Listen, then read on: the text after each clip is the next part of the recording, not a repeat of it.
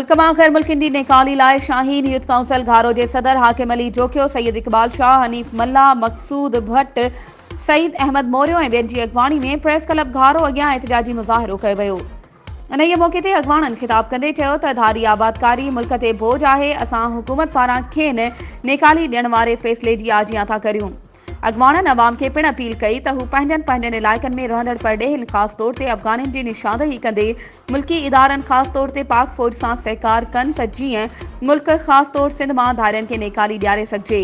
हुननि ज़िले इंतज़ामिया खां मुतालबो कंदे चयो त ठठे ज़िले में रहंदड़ समूरनि परॾेहिनि ख़ासि तौर ते अफ़गाननि खे गिरफ़्तार करे खेनि संदन मुल्क रवानो कयो वञे।